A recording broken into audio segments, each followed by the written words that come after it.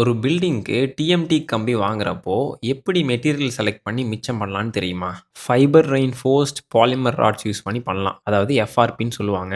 Same இது steel மாதிரி கான்கிரீட்ல use பண்றது தான். இந்தியால கிளாஸ் ஃபைபர் ரெயின்ஃபோர்ஸ்ட் பாலிமர்ஸ் தான் மோஸ்ட் காமன் அண்ட் அஃபோர்டபிள். அதாவது ஜிஎஃப்ஆர்பின்னு சொல்லுவாங்க. இதோட அட்வான்டேஜஸ் என்னென்னன்னு பார்ப்போம். ஃபர்ஸ்ட்டு ஸ்டீலோட மெயின் டிஸ்அட்வான்டேஜான ஸ்டீல் கரோஷன். அதாவது இரும்புனா துரு புடிச்சிரும். அதனால டிஎம்டி ராட்ஸ் துருவுக்கு ரொம்ப vulnerable. Coastal areas, underground tanks, sewage plants இதெல்லாம் 15 இயர்ஸ்ல வந்து பார்த்தீங்கன்னா டேமேஜ் ஆகிடும். அதே ஜிஎஃப்ஆர்பி யூஸ் பண்ணீங்க அப்படின்னா 50 இயர்ஸ் ஆனாலும் அதே கண்டிஷனில் அப்படியே இருக்கும். ரெண்டாவது, இது டிஎம்டி ராட்ஸோட 70% லைட்டர். அதனால இது ஆக்சுவலி சீப்பரும் கூட. எப்படின்னா ஸ்டீல் 100 கேஜி தேவைப்படுற இடத்துல எஃப்ஆர்பி 30 கேஜி இருந்தால் போதும். ஸ்டீலோட காஸ்ட் 70 ருபீஸ் per கேஜின்னு போட்டால் 100 கேஜிக்கு டோட்டலாக 7000 ருபீஸ் வேணும். அதே எஃப்ஆர்பி காஸ்ட் 180 ருபீஸ் per கேஜின்னு போட்டால் 30 கேஜிக்கு 5400 ருபீஸ் வருது. எப்படி பார்த்தாலும் மெட்டீரியல்லையே 23% சீப்பர். அது போக ஜிஎஃப்ஆர்பியோட ஹேண்டிலிங் ரொம்ப ஈஸி. ஒரு உதாரணத்துக்கு ஸ்டீல் ராட் பெண்ட் நிமித்தணும், வெயிட் அதிகமாக இருக்கிறனால லேபர் ஒர்க்கிங் ஸ்பீட் ரெடியூஸ் ஆகும். ஆனால்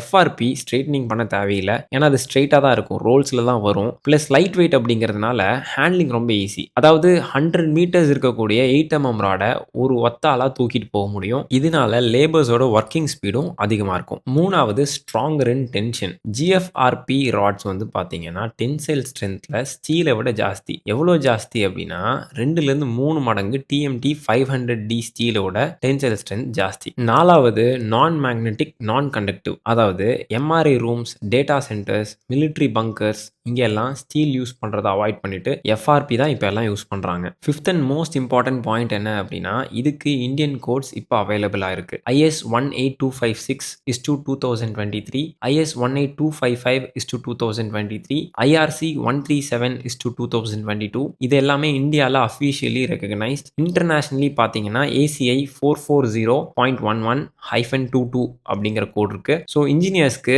நவ் லீகல் ஃப்ரேம் ஒர்க் இருக்கு. அட்வான்டேஜஸ் இருந்தாலும் டிஸ்அட்வான்டேஜஸும் இருக்கு. ஃபர்ஸ்ட், இதை சைட்ல வச்சு பெண்ட் பண்ண முடியாது, ஃபேக்டரி பெண்ட் ஒன்லி. சைட்ல வச்சு பெண்ட் பண்ணீங்க அப்படின்னா ஃபைபர் டீலாமினேட் ஆகும், ஸ்ட்ரென்த் லாஸ் ஆகிடும். ரெண்டாவது, limited availability. Chennai, Bangalore or even tier 2 சிட்டிஸான கோயம்புத்தூர் மாதிரி சிட்டிஸில் இது ஈஸிலி அவைலபிள். அதர் சிட்டிஸில் ப்ரொக்யூர்மெண்ட் பிளானிங் முன்னாடியே கரெக்டாக பண்ணணும். மூணாவது, skilled labour awareness. Mostly people contractors and மேஸ்திரி வச்சு கட்டுறதால அவங்களுக்கு ஜிஎஃப்ஆர்பி ஹேண்ட்லிங்கில் ட்ரைனிங் இல்லை. ஒரு சிலருக்கு அது என்னென்னு ஐடியாவே இல்லை. ராங் இன்ஸ்டலேஷன்னால ஸ்ட்ரென்த் காம்ப்ரமைஸ் ஆகிடும். நாலாவது, பிரிட்டில் ஃபெயிலியர். இது கொஞ்சம் டெக்னிக்கலான விஷயம் தான், பட் இருந்தாலும் புரியுற மாதிரி சொல்கிறேன். ஸ்டீலை விட ஜிஎஃப்ஆர்பி ராட்ஸ் பிரிட்டில், அதாவது ஃபெயிலியர் வித்தவுட் டிஃபார்மேஷன் சொல்லுவாங்க. ஃபெயிலியர்னா சடன் ஸ்னாப் தான். ஸ்டீல் மாதிரி பெண்ட் ஆகி டிஃபார்ம் ஆகி சயின்ஸ்லாம் காட்டிட்டு இருக்காது, பொட்டுன்னு உடஞ்சு விழுந்துரும். அதனால எர்த் குவாக் ஜோன்ஸில் இது டேஞ்சரஸ். இந்தியாவில் சீஸ்மிக் ஜோன் 3, 4, 5ல பிரைமரி ஸ்ட்ரக்சர்ஸ்னு சொல்கிற பீம், காலம், ஸ்லாப் அண்ட் ஃபவுண்டேஷன் இதிலெல்லாம் இதை கண்டிப்பாக அவாய்ட் பண்ணணும். அஞ்சாவது, less stiff. ஸ்டீலோட stiffness 200 GPa,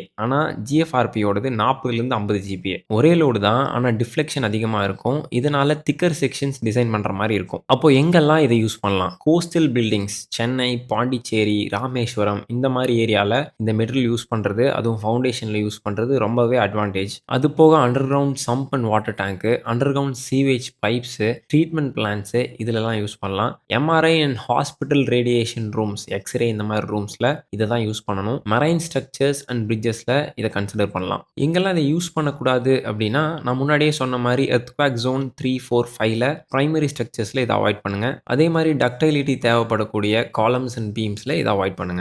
so என்னோட ஃபைனல் வேர்டிக்ட் வந்து பார்த்தீங்கன்னா, ஜிஎஃப்ஆர்பி ஸ்டீலுக்கு ஃபுல் ரீப்ளேஸ்மெண்ட் இல்லை, ஆனால் ரைட் பிளேஸில் யூஸ் பண்ணால் பிரில்லியன்ட் மெட்டீரியல். காஸ்ட்டில் ஆல்சோ ஆக்சுவலி சீப்பர். கரெக்டாக கால்குலேட் பண்ணீங்க அப்படின்னா கோஸ்டல் ஏரியாவில் பில்ட் பண்ணுறீங்கன்னா sump, foundation, GFRP seriously consider பண்ணுங்க. ரீசெண்டாக நாங்கள் 60% ஜிஎஃப்ஆர்பி ரீபாஸ் யூஸ் பண்ணி ஒரு ப்ராஜெக்ட் மதுரையில் பண்ணோம். நிஜமாவே ஒர்த்து தான். நீங்களும் உங்கள் ப்ராஜெக்ட்டுக்கு ஜிஎஃப்ஆர்பி மெட்டீரியல் ஆர் எக்ஸிக்யூஷன் பண்ணி காஸ்ட் சேவ் பண்ணி அட்வான்ஸ்ட் அண்ட் மோர் லைஃபோட பில்ட் பண்ணணும் அப்படின்னா ஆர்கிப்ரோவை நீங்கள் காண்டாக்ட் பண்ணலாம். தேங்க்யூ ஃபார் வாட்சிங் டில் த எண்ட். அடுத்த வீடியோவில் சந்திப்போம்.